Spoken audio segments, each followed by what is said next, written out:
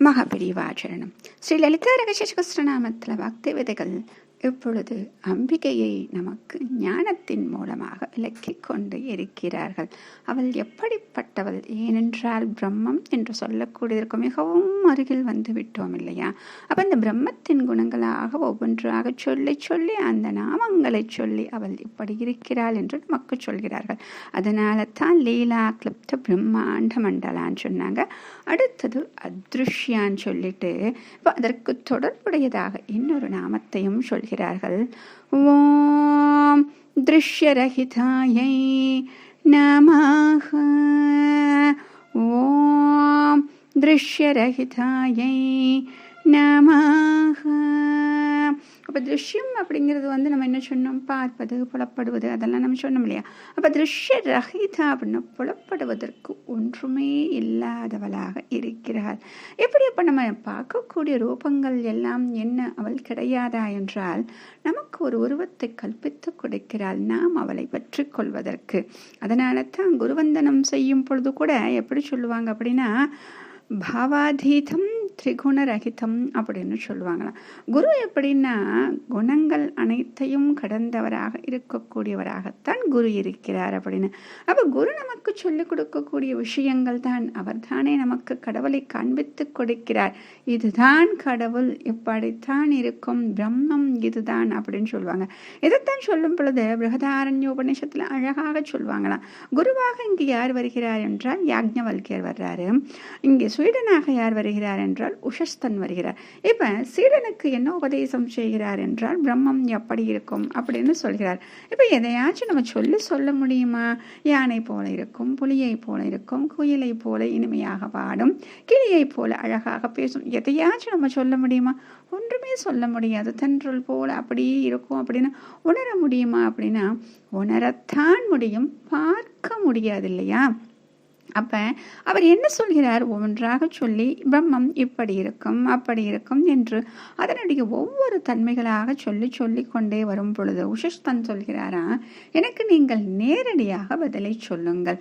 தலையை சுற்றி மூக்கை வளைத்து இப்படி பதில் சொல்வதற்கு இது இப்படித்தான் இருக்கும் என்று ஏன் சொல்லக்கூடாது? நீங்கள் புலி என்றால் எப்படி இருக்கும்? இப்படித்தான் 4 கால்களோக இருக்கும், அப்படி இருக்கக்கூடிய அந்த தோள்கள் எல்லாம் இப்படி புள்ளி புள்ளியாக இருக்கும், இது இப்படி வேட்டையாடும், இதை போல இருக்கும், அதை போல இருக்கும். நீங்க உருவகத்தை சொல்வீங்க இல்லையா? அப்படி சொல்வது போல எனக்கு நேரடியாக ஒரு பொருளை காண்பித்து இப்படித்தான் இருக்கும் ஏன் என்று நீங்கள் சொல்ல மாட்டீர்கள் அப்படின்னு அவர் கேட்கிறார். அப்ப குரு சொல்றாராம், இது பிரம்மம் அப்பா, இதை நான் இது இப்படித்தான் இருக்கும் என்று எதை காட்டியும் சொல்ல முடியாது. ஏன் என்பது ஆத்மா அப்படிங்கிறது ஒரு பிரம்மம், இதை நான் நேரடியாக காட்ட முடியாது. ஒன்றுமில்லை, இப்பொழுது உனக்கு கேட்கக்கூடிய சக்தி இருக்கிறது, அதை வைத்து நீ நிறைய கேட்கிறாய். எங்கே அந்த கேட்கக்கூடிய சக்தியை உன்னால கேட்க முடியுமா? முடியாது. உனக்கு பார்க்கக்கூடிய சக்தி இருக்கிறது, அதை வைத்து நீ நிறைய விஷயங்களை பார்க்கிறாய். அந்த பார்க்கக்கூடிய சக்தியை உன்னால் பார்க்க முடியுமா? முடியாது. அதுபோலத்தான் நினைக்கக்கூடிய சக்தி உனக்கு இருக்கிறது, அந்த சக்தியை உன்னால் நினைத்து பார்க்க முடியுமா? முடியாது. இதுதான் அந்த பிரம்மம். இது அழியாதது, நித்திய வஸ்துவானது. அதனால தான் சூக்ஷ்மதரம் சொல்றோம், மனோரணியா அப்படின்னு சொல்றோம். அதாவது ஊனக்கண் கொண்டு பார்ப்பதற்கு அவளிடம் ஒன்றுமே இல்லை. எல்லாம் எப்படி இருக்கிறாள்? மனோரணியா, அதாவது எல்லாவற்றையும் கடந்தவளாக எல்லாமாக அவளேதான் இருக்கிறாள் அப்படின்னு சொல்றாங்க. இதைத்தான் அவங்க சொல்றாங்க இந்த பிருஹதாரண்ய உபநிஷத்துல. இதுக்கு இப்படி ஒவ்வொன்றாக சொல்லி கொண்டு வர்றாங்க இல்லையா? பார்க்கக்கூடிய சக்தியை உன்னால் பார்க்க முடியும். இதுக்கு மூலமாக சில வார்த்தைகள் சமஸ்கிருதத்துல சொல்லுவாங்க.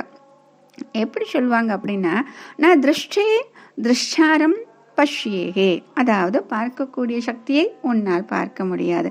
இப்ப என்ன சொன்னோம்? கேட்கக்கூடிய சக்தி இருக்கு, அதை உன்னால் கேட்க முடியுமா அப்படின்னா முடியாது. அப்ப நஸ்ரோதேகே ஸ்ரோதாரம் ஸ்ருண்யாத் அப்படின்னு சொல்றாங்க. அப்ப நம்ம இது எல்லாமே எப்படி தெரிந்து கொள்கிறோம் என்றால் உபனிஷத் மூலமாகத்தான் தெரிந்து கொள்கிறோம். அதனால தான் வேதங்கள், வேதாந்தங்கள், உபனிஷத்துக்கள் இது எல்லாவற்றையும் நாம் தெரிந்து கொள்வதற்கு இந்த மகான்கள், குரு அப்படின்னு ஒருத்தர் நமக்கு துணையாக இருக்கிறார். அவர் நமக்கு சொல்லக்கூடிய வழியில் நாம் சென்றால் நமக்குள் அவள் இருக்கிறாள் இல்லையா? பிரம்மமாக இருக்கிறாள். பார்க்க இருக்கக்கூடிய ஒவ்வொரு ஜீவனிலும் இருக்கிறாள் இல்லையா, அவளை நாம் கண்டு கொள்ள முடியும். அப்படித்தான் அவளை காண முடியுமே ஒழிய இந்த புறக்கண்களுக்கு ஊனக்கண்களுக்கு அவள் புலப்படாதவளாகத்தான் இருப்பாள். மகாபிரியவா சரணம்.